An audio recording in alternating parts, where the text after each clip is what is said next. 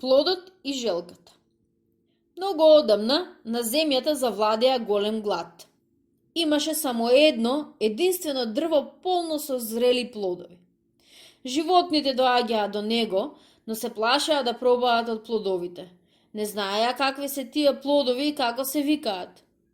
Најпосле се собраа сите и решија да пратат едно животно кај Господ за да го праша како се викаат тие плодови. Кога Господ му го каже името на плодот, животното тргна да си оди и за да не го заборави името, почна да си подпевнува. Муса, муса, муса, муса, мусангамбира, мусусае. Но тука, во близина, живееше старата вештерка. Кога животинчето поминуваше крај незината куќа, таа го праша каква неволја го довела тука. Животинчето и раскажа за што се работи. Тогаш злобната чудотворка почна да пее.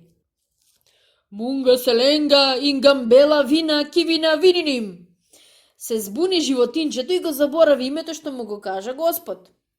Потоа животните пратија друго животно да оди кај Господ, но и нему му се случи истото. Истата судбина го снајди многу други животни што одеа на небото за да го научат името на плодот. Најпосле и дојде редот на желката. Кога Господ ти го каже името на плодот, таа полека тргна да си оди и почна да си пее. Муса, муса, муса, мусангубира, мусуае. Кога стигна до куќарката на вештерката, таа излезе пред неа и ја праша. Каде оди Желко? А Желката си го продолжи патот, пеејќи си ја својата песна и воопшто не и обрна внимание на старата вештерка. Вештерката повторно праша. Каде оди Желко? Продолжи да пее Желката и тогаш и старицата запеа. Мунга селенга, ингамбела вина, кивина вининим. А Желката ни да трепне. Никако да се збуни. Лазеше и понатаму, пеејќи си ја својата песна. Тогаш вештерката се разлути, ја грабна Желката и со сета сила ја тресна од земјата. Но Желката само се преврати и рече, тргни ми се од патот.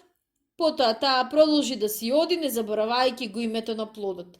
Вештерката уште неколку пати ја трескаше Желката од земјата, но кога види дека не може ништо да стори, се замине и таа, препукнувајќи од злоба. Стигна Желката во шумата и им кажа на животните како се вика плодот.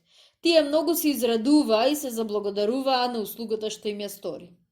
На оклопот на кутрата Желка остана целиот со пукнатини од ударите на старата вештерка. Тие пукнатини и ден денес може да се забележат.